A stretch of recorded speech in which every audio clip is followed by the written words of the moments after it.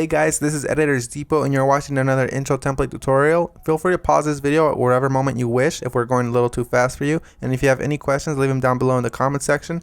We always reply to every single comment, and if we're away for a minute, just go ahead and comment down below and there's very friendly people that will help you, guaranteed. It's important to remember that this is a pre-made tutorial that we've carefully selected and approved because we noticed that it works the exact same way. If you have any questions, comments, or it's just not working for you, just leave a comment down below and we'll get back to you, guaranteed. Now this tutorial requires both Adobe After Effects and Cinema 4D. You will absolutely require them. If you do not have them, go ahead and visit EditorsDepot.com. We can do any template customization at very affordable prices. Just feel free to select the template you wish and check out with it and detail everything you want on the template. Now that that's out of the way, all you're going to want to do is open up the Cinema 4D file. So here it is, and we already have it open, so we're going to go ahead and bring it up. And as you can tell, everything is ready to go. All you have to do is replace the text, render, and you're done. Except one little thing, there's sometimes problems that come up with the templates, and I'm going to go ahead and cover them here. Sometimes the audio will be included, and you don't have to worry a bit about that. As you can tell on this template, the audio is included.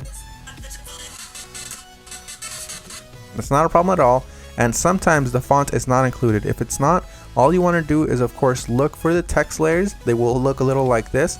Select it, and then hit font, and select any font you wish. You can visit designerdepot.net for any font you wish.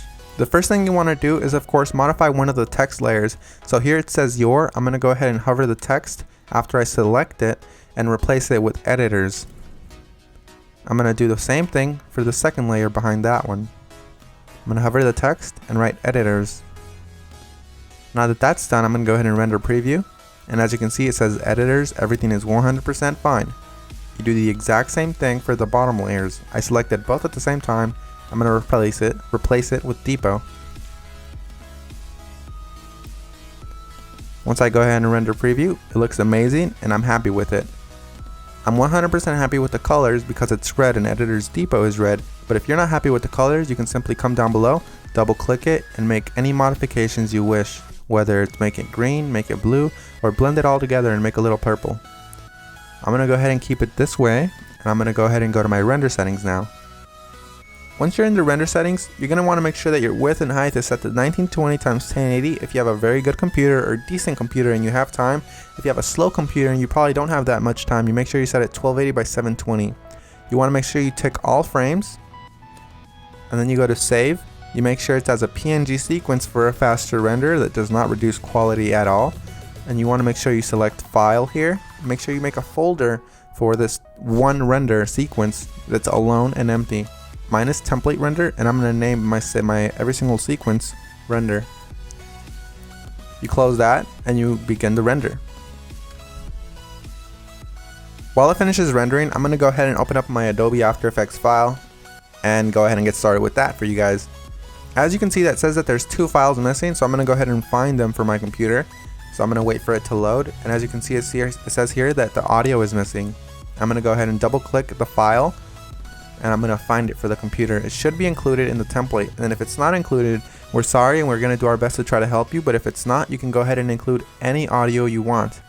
As you can see here, it's not included, so I'm going to go ahead and just drag in one of my copyright-free files that I have in my library.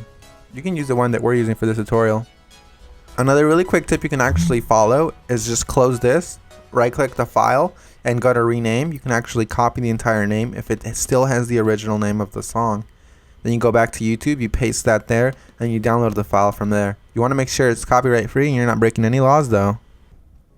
Once you've gone ahead and replaced your song, you're going to want to go ahead and replace the other thing that was missing, which is of course the PNG sequence. It might be a PNG file, .png, or it might be an MP4 file, or anything within those regards, like QuickTime for example. You're going to go ahead and double click it and replace it with your render sequence. I'm going to select the first frame, scroll all the way down just to be safe, and select the last frame. You want to make sure you do the same thing, all while holding shift, so it selects every single one.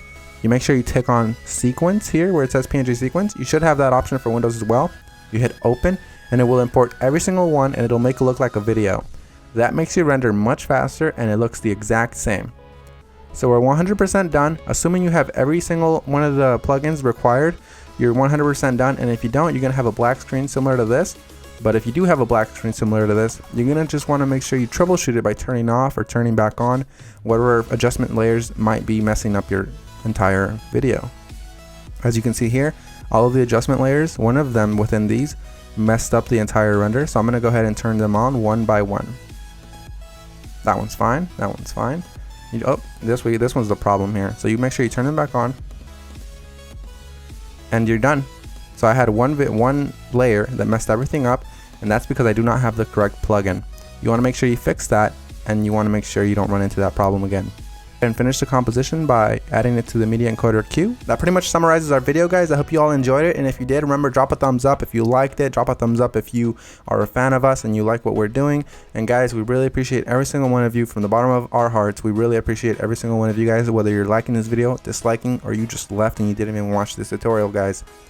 Hope you all have an amazing day, and as always, this is Maurice. Visit EditorsDepot.com for any customization of templates, and have an amazing day. Take care, guys.